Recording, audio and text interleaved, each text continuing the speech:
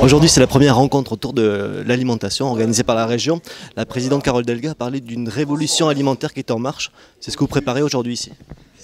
Alors, ce que l'on prépare, excusez-moi pour la voix, ce que l'on prépare justement, c'est une réorganisation de certains circuits de la distribution. Ce que l'on souhaite, c'est voir réellement en grandeur nature quelles sont les attentes des consommateurs de la région Occitanie.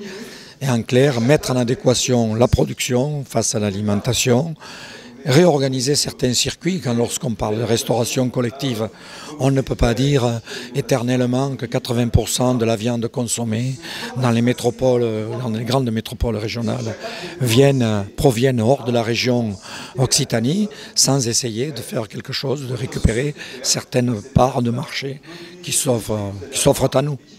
Alors, dans la salle, et ce sera le cas dans les 12 autres ou 15 autres réunions, il y a à la fois les professionnels, les citoyens, aussi la restauration collective et la restauration privée. C'est important de les associer aussi pour que des idées peut-être viennent du terrain sur comment mieux consommer à des prix abordables. Oui, bien sûr, c'est ouvert. Il n'y a pas de tabou. Là, sont invités les gens qui ont répondu à l'enquête par Internet. Après sont invités aussi les acteurs, ceux qui travaillent dans la restauration collective, les consommateurs, les citoyens lambda. Il y a tout public, là, les gens engagés dans des démarches, dans la bio, dans des circuits courts. Vous avez les gens de la COP des Gaves de Lourdes, vous avez le GAB, vous avez Restoco, vous avez les gestionnaires de cantines, des cuisiniers sont là.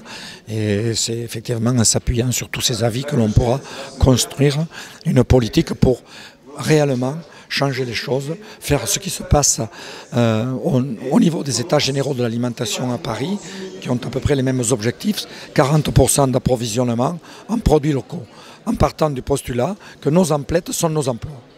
Une dernière question avec les exemples dans les Hautes-Pyrénées, vous les connaissez bien parce que vous êtes aussi président de la Chambre d'agriculture des Hautes-Pyrénées.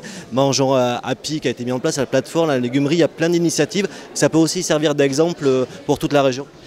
Bien entendu, ce que l'on souhaite, c'est ne pas aller à l'encontre de ces démarches, c'est s'appuyer sur elles. Les fédérés ont toutes le même objectif. Quand vous parlez, le conseil départemental met en place une légumerie pour préparer les légumes qui soient prêts à l'emploi lorsqu'ils vont rentrer dans les cuisines des établissements scolaires, des collèges. Si la région donne le top départ pour faire la même chose dans les lycées, on arrive à des niveaux de volume qui nous permettent d'amortir les installations très vite. Et là, on peut réellement changer les choses.